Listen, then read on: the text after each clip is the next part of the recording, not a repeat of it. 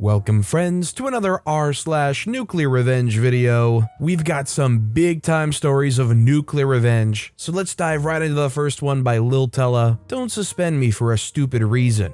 Backstory, I'm a sophomore in high school. We have 4 assistant principals in our high school for freshmen, sophomores, juniors, and seniors. Anyway, my school is a very left-sided school. Most of the teachers are very liberal, and honestly don't let you share your own opinion if you're conservative. Story, one day I decided to post my own opinion on my Snapchat story. Bad idea. I posted how it's my own opinion that girls shouldn't wear makeup as I just simply don't find it attractive. Some girl started a rumor that I was talking about her, and she and her friends came at my physical appearance and my nationality. I made a bad decision and called her out for cheating on her boyfriend and called her a hoe, and she got really mad and deleted her stories and made it seem like I was simply coming at her for no reason. I was already pissed. I have tons of screenshots of what was said. However, I couldn't stop this now. I had 175 views already, and the amount of screenshots I had on that story was 86. People started making memes about me, calling me a weasel, gerbil, said my forehead was big and everything. It really hurt, but I knew I still had some friends. I go to school the next day, and I'm getting threats to get beaten up, and people are spreading rumors about me. I was so distraught, but I fought through it. As I was getting my lunch, a group of at least 15 girls went around me and formed a circle around me and yelled at me. The girl I was talking to at the time was on my side, surprisingly, and she went and yelled at all those girls. Many kids made rude memes about me, and it really hurt. Turns out, someone told the sophomore assistant principal. She was pissed that I was just mansplaining and I didn't know anything about girls or women or why they wear makeup. Turns out someone told the principal the wrong story and didn't show the assistant principal screenshots of everything.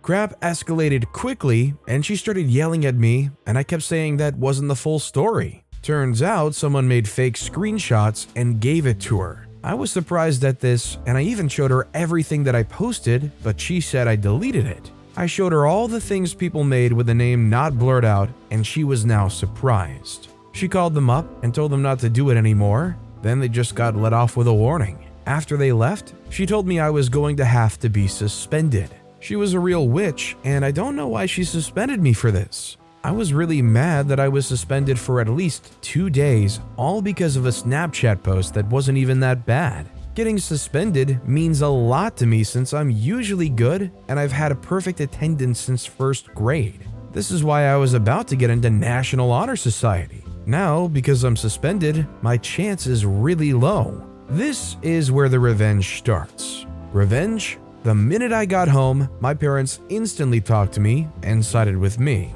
They even said I could just treat it like it was a snow day and I didn't even get punished. They were pissed too. I sat at the desk in my room on my computer and I thought, what could I do? I looked up my assistant principal's name on Google to see if I can find any information. I find her Instagram and her Facebook. She's quite young actually, like around 26 to 30. I decided to make a fake account posing as a random person so she could accept my follow request. I had to buy followers and make posts so it doesn't seem too suspicious. I think I spent $30 on followers and likes, I'm not sure. I needed this to work.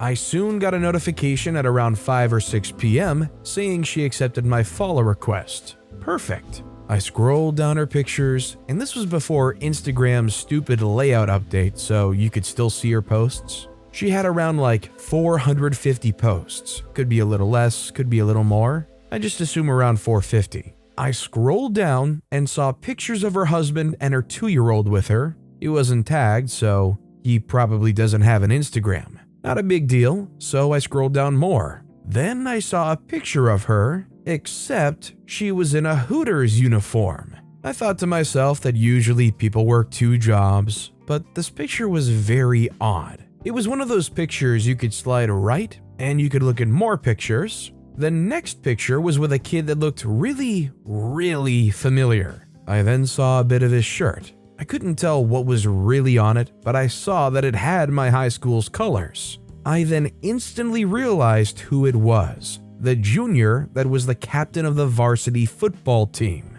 I was so curious, so I slid to the next picture. He was grabbing her butt while hugging her, and she was looking up at him like he was her husband. I was so shook that I had to screenshot. I keep scrolling through her Instagram, and it's just her and this kid. Then I found the perfect picture. She was kissing him, and it was definitely at a house party. I knew what I had to do. I had to screenshot this. Then I quickly went on Facebook. I found pictures of her husband, and he was tagged. I knew his name now, so I looked him up on White Pages. He lived at the same address as her, so I had to do this during school. I found out where he worked, and so I quickly printed out pictures that I found. This was the best thing. I also plan to email the pictures to the school. She shouldn't suspend people for a stupid reason, and she shouldn't be kissing her students. I went to sleep knowing this was going to work. I woke up between 9 and 10 that day and was ready for this. I grabbed my bike and biked the 6 miles to get to their house across the city. I'm on varsity soccer team, so I'm quite in shape. This took me about 20 minutes, and when I got there, I saw his car in the driveway. Great, he didn't leave for work yet. I simply just put the pictures in their mailbox, knocked on the door, and biked off as quick as I could. I had to wait until at least 7 o'clock to email the school. I made an entirely new email address and emailed it at around 6:30 because I couldn't wait. They emailed back almost right away, and they said they'll deal with it right away. Since today was my last day of being suspended, I was ready to go back to school tomorrow. Aftermath, I woke up in the morning really happy and excited, and I couldn't wait to see what was going to unfold. In our lunch, the assistant principal, along with a few teachers, walk around monitoring the lunch. I then see the principal, along with 2 police officers, pull the assistant principal and the student out. The whole lunchroom gets quiet and so many people are recording. I smirked really openly when I saw this happen. I asked one of the monitors to get a bathroom pass just so I could hear what was going on. He told me I couldn't go right now as some things going on. I was kind of sad about this, but also happy.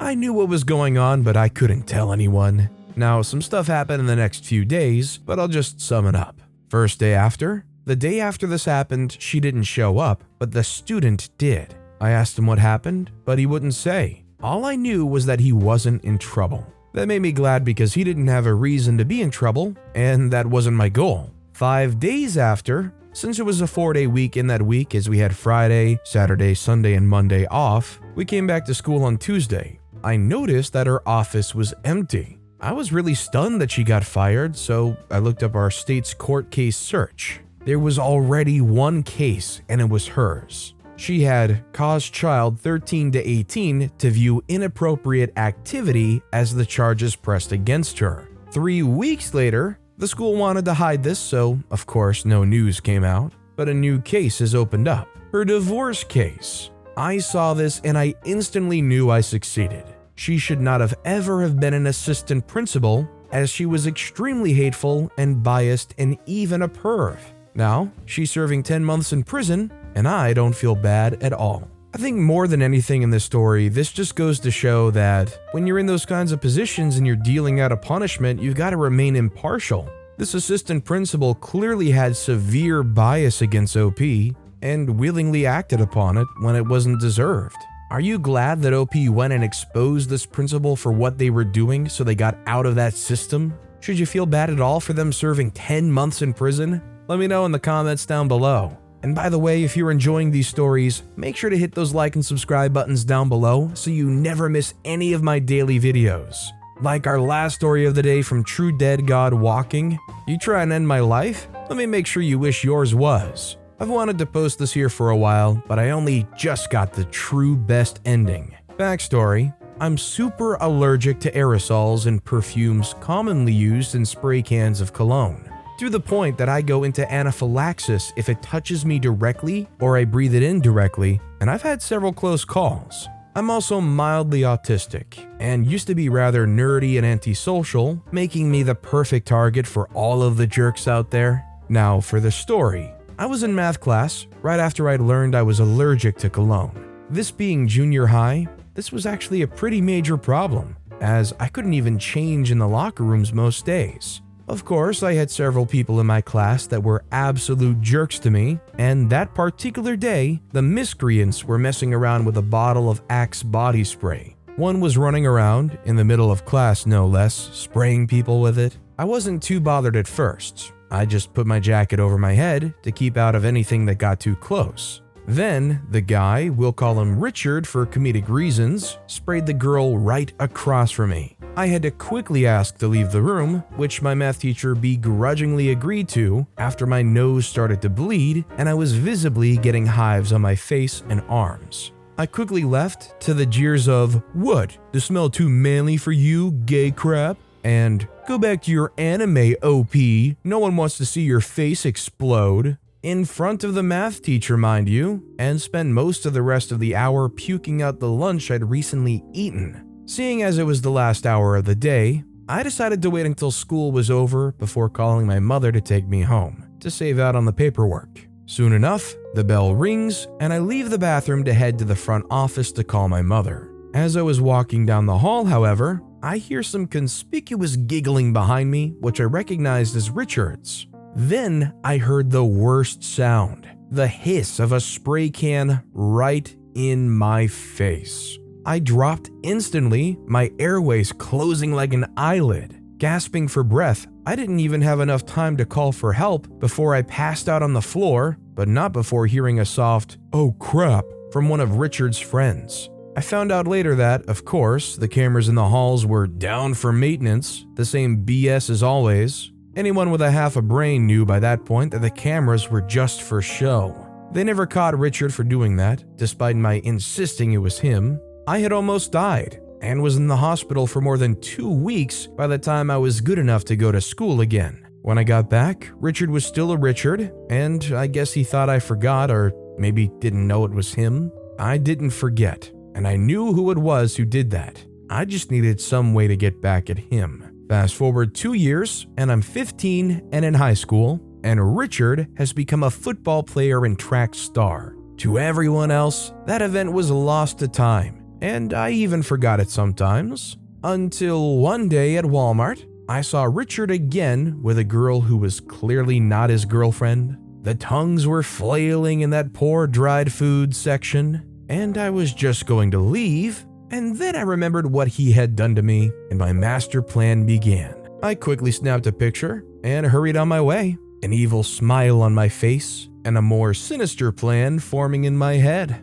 I spent almost a year gathering every piece of juicy dirt I could on poor Richard, and trust me, it was a lot.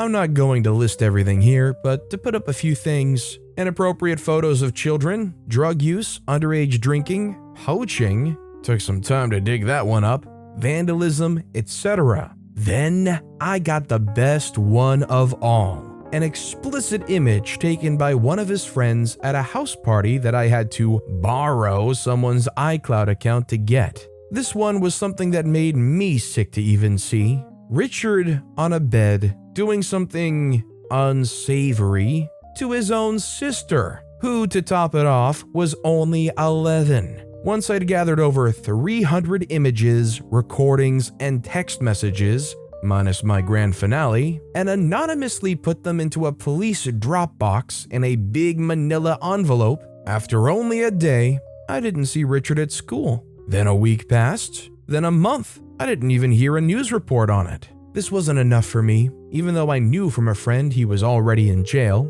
I decided it was time that I make sure I ruined his life forever. So what did I do, you may ask?